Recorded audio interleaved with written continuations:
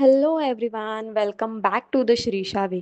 आजचा ब्लॉग खूप स्पेशल आहे कारण आज मी तुम्हाला दाखवणार आहे एक रिअल मॉम लाईफ, ज्यामध्ये आहे घर, बाळ, स्वतःची काळजी आणि प्रॉडक्टिव्हिटी. आपण सगळ्याच आई असो किंवा वर्किंग वुमन, आपल्या लाईफमध्ये एकच प्रश्न असतो, सगळं कसं मॅनेज करायचं. तर आज मी माझ्या दिवसातून तुम्हाला तेच दाखवणार आहे. चला सुरुवात करूया. माझा दिवस खूप साध्या पण पॉवरफुल सवयीने सुरू होतो. रात्री भिजवून ठेवलेले ड्रायफ्रुट्स हे मी रोज सकाळी खाते, कारण छोट्या सवयीच आपल्या हेल्थला मोठा फायदा देतात. त्यानंतर एक ग्लास कोमट पाणी आणि मग काही मिनटं योगासनं आणि एक्सरसाइज. सकाळ-सकाळी कोमट पाणी प्यायल्याने काय होतं, तर आपल्या शरीराला डिटॉक्स करण्यास मदत होते. त्यानंतर मी काही मिनटं योगा आणि एक्सरसाइज करते. कारण जर आपण फिट नसू, तर आपण कोणालाच नीट सांभाळू शकत नाही. योगा केल्यामुळे काय होतं, तर स्ट्रेस कमी होतो, बॉडी फ्लेक्सिबल राहते, मन पण शांत राहतं. आई म्हणून आपण सगळ्यांची काळजी घेतो, पण स्वतःला मात्र विसरतो. तर आजपासून मी एक गोष्ट ठरवलेली आहे की self care is not selfish. त्यामुळे ह्या सगळ्या गोष्टी आपण करायला हव्यात असं मला वाटतं. एक्सरसाइज बरोबरतीच आपण योग्य नाश्ता करणं पण गरजेचं असतं. खूप वेळा काय होतं, आपण आई म्हणून काय करतो, सगळ्यांना खाऊ घालतो, पण स्वतःचा नाश्ता मात्र स्किप करतो.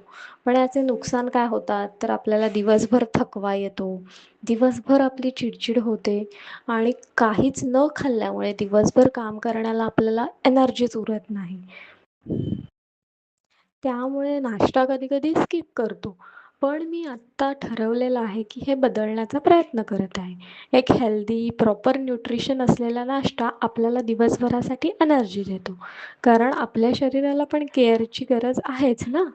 त्यानंतर वेळ येते ती स्किन केअरची. एकदम काही फॅन्सी वेगळं नाही, एकदम बेसिक स्किन केअर. या सगळ्या गोष्टींबरोबरच माझा दिवसभरातला एक खूप आवडता भाग म्हणजे काय, तर बिना चप्पल चालणं, बेअरफूट वॉकिंग. तर याचे फायदे काय होतात, ब्लड सर्क्युलेशन सुधारतं, मन शांत होतं आणि स्ट्रेस पण कमी होतो. त्यानंतर मग मी पूजा करून घेते.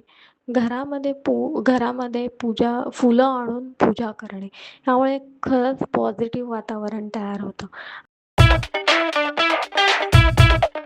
नंतर नेक्स्ट आहे मी टाईम.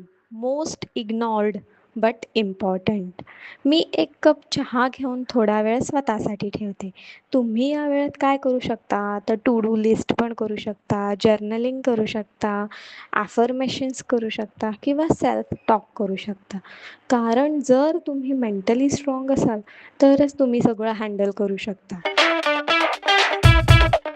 प्रॉडक्टिव्ह जर राहायचं असेल, तर स्मार्ट होम मॅनेजमेंट करणं गरजेचं आहे.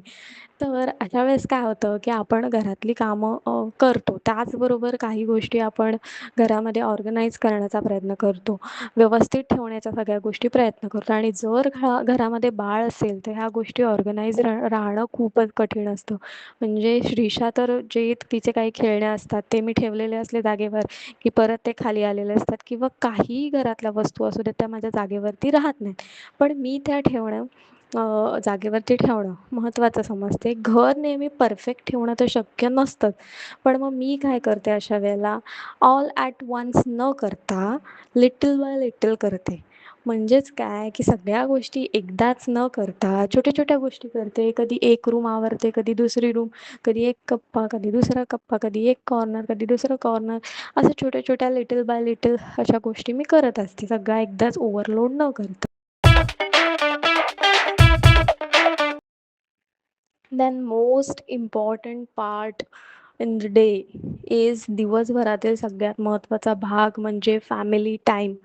कामं कधीच संपत नाहीत. आपण कितीही दिवसभरामध्ये काम केलं, सगळ्या गोष्टी व्यवस्थित ठेवल्या, तरी ते परत थोड्या वेळाने किंवा दुसऱ्या दिवशी आपल्याला करायलाच लागणार आहे. सो कामं कधीच संपत नाहीत.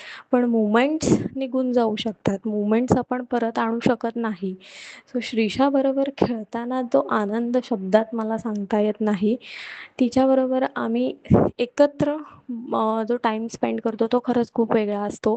कारण कधी काय होतं मी काम करत असते तर शिरीषाचा डॅडा तिच्याबरोबर टाईम स्पेंड करतो. कधी डॅडा कामात असेल तर मी तिच्याबरोबर टाईम सो असं पर्सनली टाईम स्पेंड करतो. पण जो एकत्र टाईम स्पेंड करतो तो खरंच खूप स्पेशल असतो. खरंच खूप वेगळा असतो. ज्यातून श्रीषाला बॉन्डिंग काय हे कळतं आणि आमचं बॉन्डिंग पण खूप स्ट्रॉंग होतं आणि त्याचबरोबर बाळ इमोशनली पण सिक्युअर होतं, की ती इमोशनली ती समजून जाते, की मम्मा आणि डॅडा आपल्याबरोबर आहेत किंवा ती इमोशनली खूप स्ट्रॉंग आणि सिक्युअर बनते या सगळ्या गोष्टीतून. त्यामुळे आपण सेपरेट बाळाला वेळ देणं पेरेंट्सनी हे वेगळं मला वाटतं आणि एकत्र वेळ देणं हे खरंच खूप स्पेशल असतं. So it is most important. मी तुम्हाला एक गोष्ट ऑनेस्टली सांगते, हे सगळं रोज परफेक्ट होत नाही. कधी थकवा येतो, कधी काहीच करावंसं वाटत नाही. पण कन्सिस्टन्सी जर ठेवली, तर परफेक्शन नक्कीच मिळतं.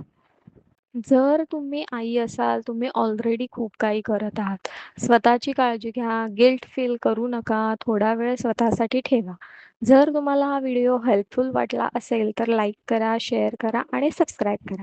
आणि कमेंटमध्ये नक्की सांगा तुमचा डे रुटीन कसा असतो. भेटूया पुन्हा पुढच्या व्हिडिओमध्ये. तोपर्यंत take care and stay positive. Bye.